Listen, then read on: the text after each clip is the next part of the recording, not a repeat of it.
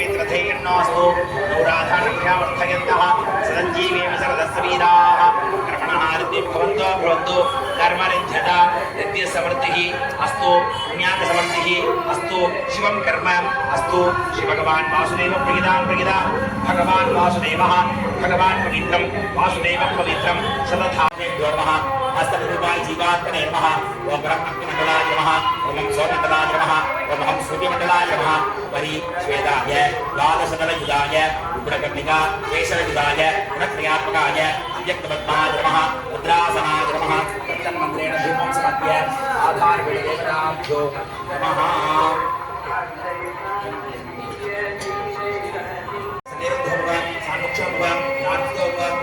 ओम रामो ओम यंगो ओम नामो ओम यंगो ओम नोंगो ओम नंगो ओम मोंगो ओम नामो रुद्रोगाय स्वाहा नानावत्याय नमः रुद्रोगाय स्वाहा उसे स्वाहा रुद्रोगाय स्वाहा शिवाय खड़े रुद्रोगाय स्वाहा उजायगम रुद्रोगाय स्वाहा नेत्राद्य खड़े सरस्वगाय स्वाहा विद्याय अस्त्राय खड़े किरीट कुंडल वनमाला चक्र शंख पद्म गदा गणिदेय विश्वक्सेन अनंतमुद्राः प्रदर्श्य स्वामिन् सर्वजगन्नाथ यावत् पूजावसानकं तावत् त्वं भक्तिभावेन कुम्भेऽस्मिन् सन्निधिं कुरु यागावसानकं प्रार्थ्य ओम उममध्ये ओम महालक्ष्मी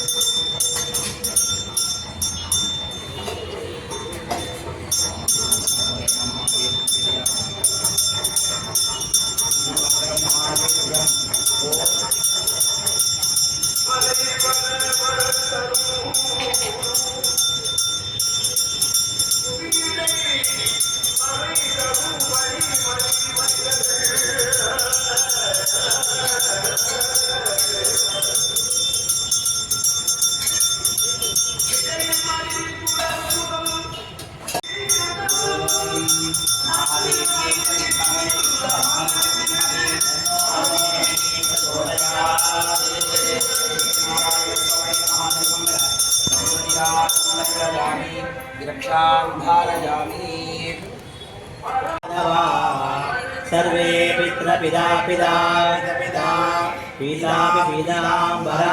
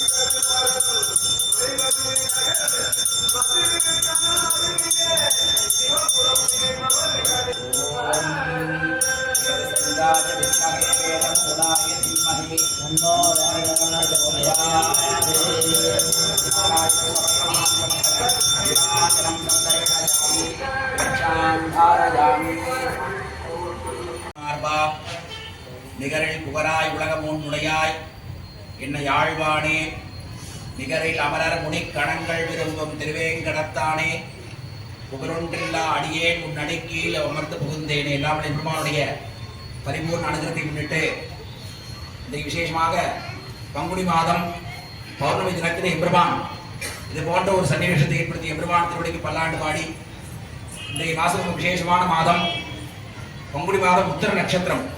இது ரொம்ப வைஷ்ணவ தர்மத்தில் கொண்டாடக்கூடிய தினமாக சொல்லப்படுகிறது. ஏனென்று சொன்னால் வைஷ்ணவ ஆலயங்களில் தலைமையகமாக சொல்லக்கூடிய இடம் ஸ்ரீரங்க கஷேத்திரம். அந்த ஸ்ரீரங்க கஷேத்திரத்தில் கூடிய ரங்கநாயகி தாயாருடைய அவதார தினம் இன்னைக்கு தான். பங்குனியில் உத்திரனால் பிறந்துவித்தோள் வாடியே அப்படின்னு அவருடைய வாடி திருநாமம். அப்படி இந்த பங்குனி மாசம் உத்திர நட்சத்திரத்துல ரங்கநாயகி தாயோட அவதார தினம் இன்னைக்கு. பொதுவாக வைஷ்ணவ தர்மங்கள்ல பெண்களை பத்தி பெண் உரிமை பத்தி பயங்கரமா நீங்க பேசுறாங்க. ஆனா நம்ம ஆகமங்கள் எம்பெருமான் வரை தாயாருக்கு அவ்வளவு முக்கியத்துவம் கொடுத்துருக்க. ஒரு கோயில் பெருமாள் கோயில் போனீங்கன்னு சொன்னா அங்க தனித்தாயார் இருப்பார். கன்னி மூலையில் இருக்கக்கூடிய தாயாருக்கு தனித்தாயார் வீரலட்சுமி அப்படின்னு பேர். அந்த தாயார் உட்கார்ந்துட்டு இருப்பார். நம்ம வைஷ்ணவ பெரியவர்களாம் சொல்லுவாங்க வேலைக்காரன் நின்றுட்டு இருப்பான், எஜமானி உட்கார்ந்துட்டு இருப்பான் அப்படின்னு. ஆகவே எந்த பெருமாள் கோயில் போனாலுமே அந்த தனித்தாயார் பார்த்தீங்கன்னா உட்கார்ந்துட்டு தான் இருப்பா. ஸ்ரீரங்கத்தில் உட்கார்ந்துட்டு இருப்பா. திருப்பேர கீழே பார்த்தீங்கன்னா தாயார் அமலவங்கி தாயார் உட்கார்ந்துட்டு இருக்கான். ஆழ்வார் பாசுரத்தில் சொல்லும் பொழுது அகலகில்லேன் இறையுமென்னு அலர்மேல் மங்கை உரை மாறும் அப்படின்னு எம்பெருமானுடைய மார்பை எப்பொழுதும் விட்டு அகலாமல் எம்பெருமான் கூடவே இருக்கக்கூடிய ஒரு சுரூபம் தாயார் தான். ஏன்னா மகாலட்சுமி இல்லைன்னு சொன்னா எம்பெருமான் செயல்பட மாட்டான். வைஷ்ணவ தர்மமே என்ன சொல்றதுன்னா ஒருத்தருக்கு மோட்சம் வேணும் அப்படின்னு சொன்னா எப்படி எம்பெருமாட்ட போய் சேருதுன்னு சொன்னால் பகவத் ராமானுஜர் சொல்றார் எம்பெருமாட்டியை முன்னிட்டு கொண்டு எம்பெருமானை அடைய வேணும். பொதுவாக ஒரு சன்னதிக்கு போனோம்னா ஒரு கோயிலுக்கு போகும் பொழுது மகாலட்சுமி தாயார பார்க்கணும். நம்ம பார்க்கறது முக்கியம் இல்லை, அவருடைய கிடைக்கல் பார்வை மேலே படணும். பட்டா என்ன ஆகும் அப்படின்னு சொன்னால் ஆண்டாள் அழகா சொல்றா அங்க நிரண்டும் கொண்டு எங்கள் மேல் நோக்குதியேல் எங்கள் மேல் சாபம் இழிந்து. அந்த தாயாரோட கிடைக்கன் பார்வை இருக்கேன் அது நம்ம மேல பட்டுதான் நம்முடைய பலவிதமான பாவங்கள் போகும், பல ஜென்மாக்கள் பண்ண பாவங்கள்லாம் போகுமா. அப்படி அந்த தாயாருடைய திருக்கண் கடாட்சம் மேல பட்டதுனாலே எல்லா விதமான சாபங்களும் ஒழியும். அதனால வைஷ்ணவ தர்மத்துல எல்லாரும் திருப்பதி போறீங்க. திருப்பதி போய் யாராவது பூ வாங்கிட்டு வரீங்களா? பூஜை முடிஞ்சு சாமி பூ கொடுக்கணும்னு சொல்லி எல்லாருக்கும் வரலையே வரீங்க. யாருக்கும் பெருமாளோட புஷ்ப பிரசாதமா கொடுக்குறோம். ஆனா திருப்பதி போனா நம்ம யாருமே பூ வாங்குறது இல்லை அப்படின்னு சொன்னால் அந்த தாயார் இல்லாதனால அந்த பெருமான் எவ்வளவு லட்சம் கோடி புஷ்பம் சாத்திட்டாலும் அந்த புஷ்பத்துக்கு மகிமை இல்லை, வேல்யூ இல்லை. லட்சுமி கடாட்சம் இல்லாத புஷ்பம். ஏன்னா ஆகமத்துல அக்ஷரே ஓம் கந்தர்வாய மகா புஷ்பே ஓம் மகாலட்சுமி மகான் வாக்கியம். புஷ்பத்துல மகாலட்சுமி இருக்கா. ஆகவே மகாலட்சுமியோட புஷ்பத்தை மகாலட்சுமி சாத்தி எடுத்ததான் பிரசாதம். ஆகவே மகாலட்சுமி தாயார் இல்லாதனால அவன் எவ்வளவு பூ சாத்தினா மகிமை இல்லை. அதனால்தான் எல்லாரும் நட்டு வாங்கிடுறான். அப்படி இந்த பங்குனி உத்தர தீட்சை தினமானது ரங்கநாயகி தாயோட அவதார தினம். அது இல்லாம இந்த பங்குனி மாசம் அப்படிங்கிறது எல்லாம் கழிவு மாசம் சொல்லிட்டு இருக்கு. சிசிர ரிது அப்படின்னா இலை முதிர் காலம்னு பேர். இந்த சமயத்தில் நிறைய புஷ்பங்கள்லாம் கிடைக்கும். எம்பெருமானுக்கு எம்பெருமான் அலங்கார பிரியர். அதுவும் பெருமாளுக்கு ரொம்ப பிரியமான மாசங்கள்ல இந்த பங்குனி மாசம் ரொம்ப சிறப்பான மாசம்.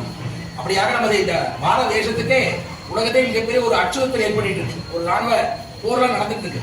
இதற்கெல்லாம் நம்மளுடைய கூட்டு பிரார்த்தனை அப்படிங்கிறது ரொம்ப முக்கியமானது.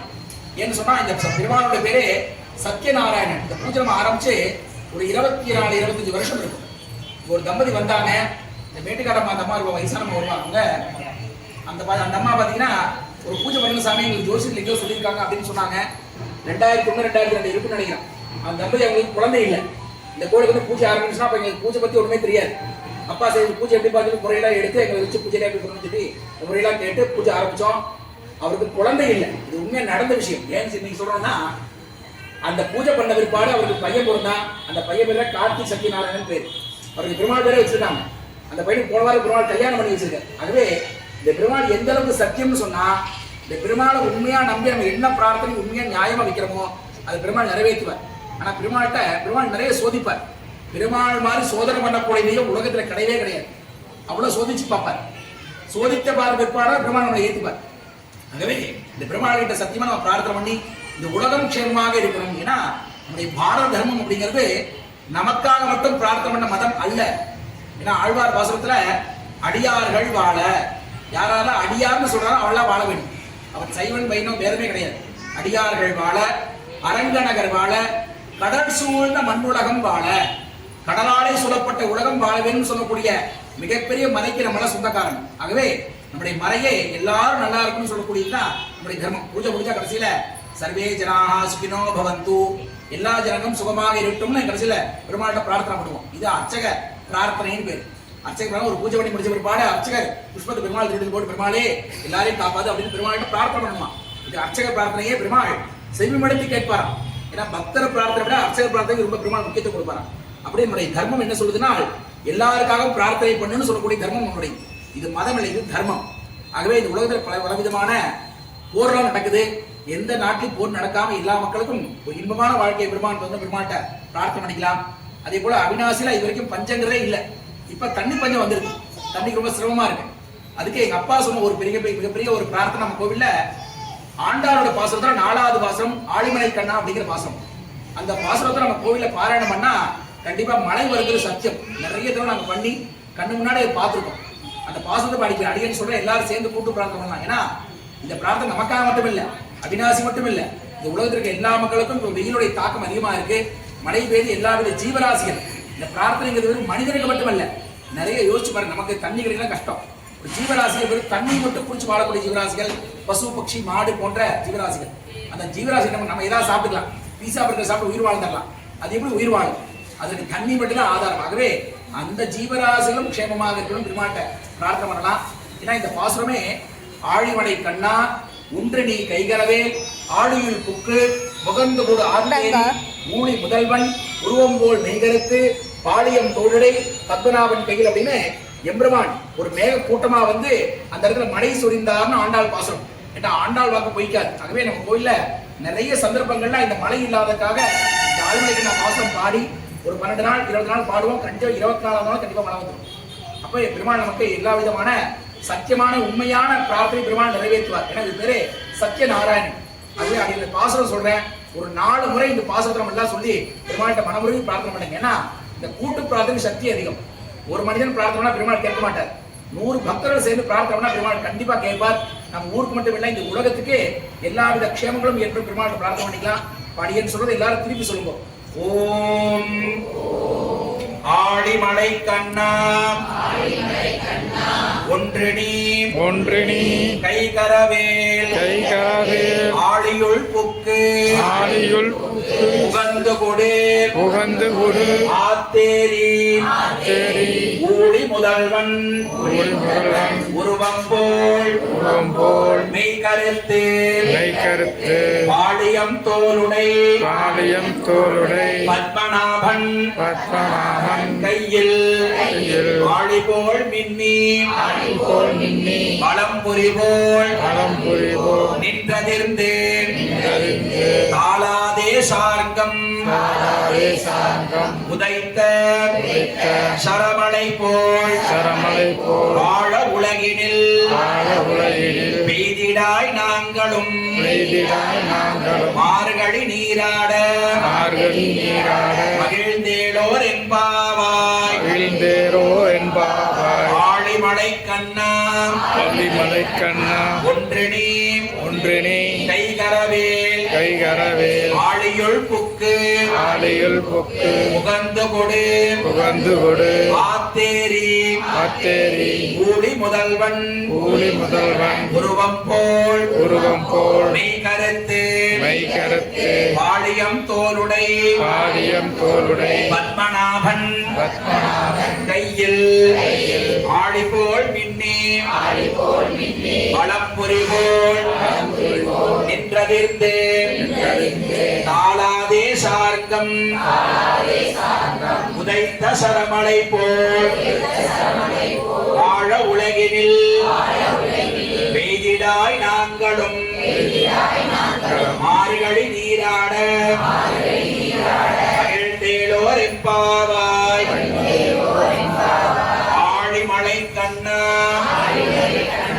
ஒன்று நீ கைகரவேல் ஆழியுள் புக்கு முகந்து கொடு ஆத்தேரி ஊழி முதல்வன் உருவம் போல் மெய் கருத்து பாளியம் தோளுடை பத்மநாபன் கையில் ஆழி போல் மின்னி பழம்பொறி போல் நின்றதிர்ந்து தாளாதே சார்கம்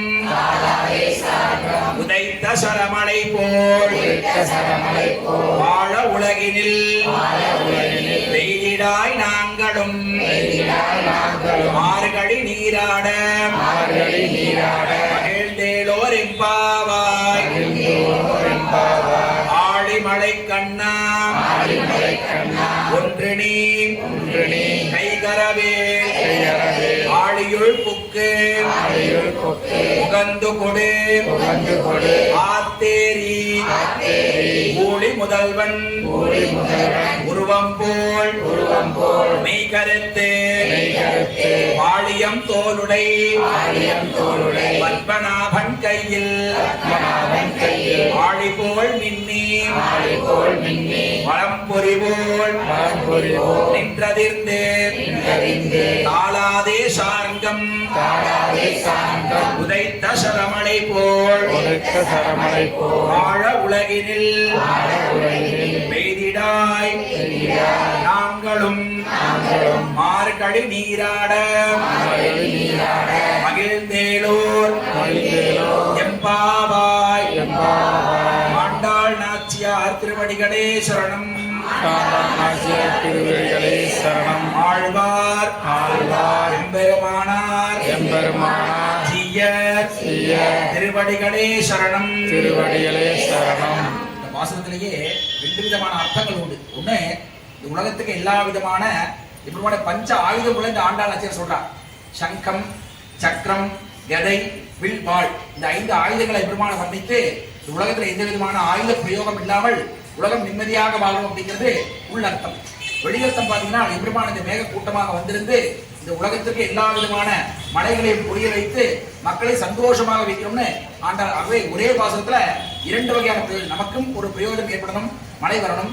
அதே போல இந்த உலகத்தில் இருக்கிற எல்லா வித மக்களுக்கும் இந்த யுத்தமானது நிவர்த்தியாகி யுத்தம் நின்று போய் உலக எல்லா மக்களும் க்ஷேமமாக இருக்கக்கூடிய பிரார்த்தனையை ஆண்டாள் நாச்சியார் மூலமாக பெருமானிடத்துல நம்மளாம் சமர்ப்பித்திருப்போம். பெருமாள் கண்டிப்பா இந்த பிரார்த்தனை நிறைவேற்றுவார் என்பதாக சொல்லிக் கொண்டு சத்திய விடுகிறோம். ஓம் தத்சதே பரமாத்மனே நமஹ.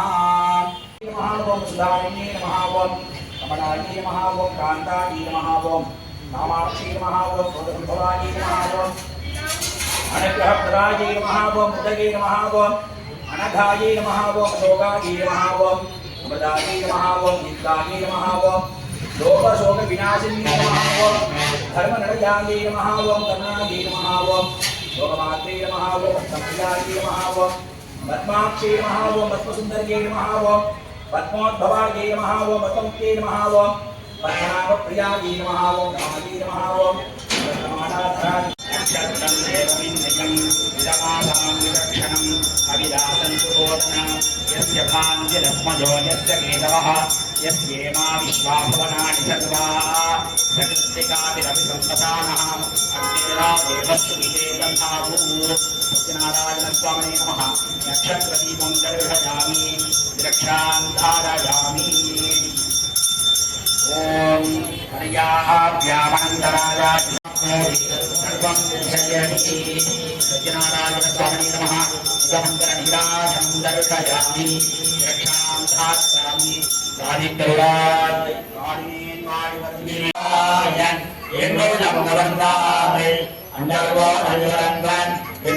கண்ட கண்கள் மற்றும் நினைத்தானே கோவலனாய்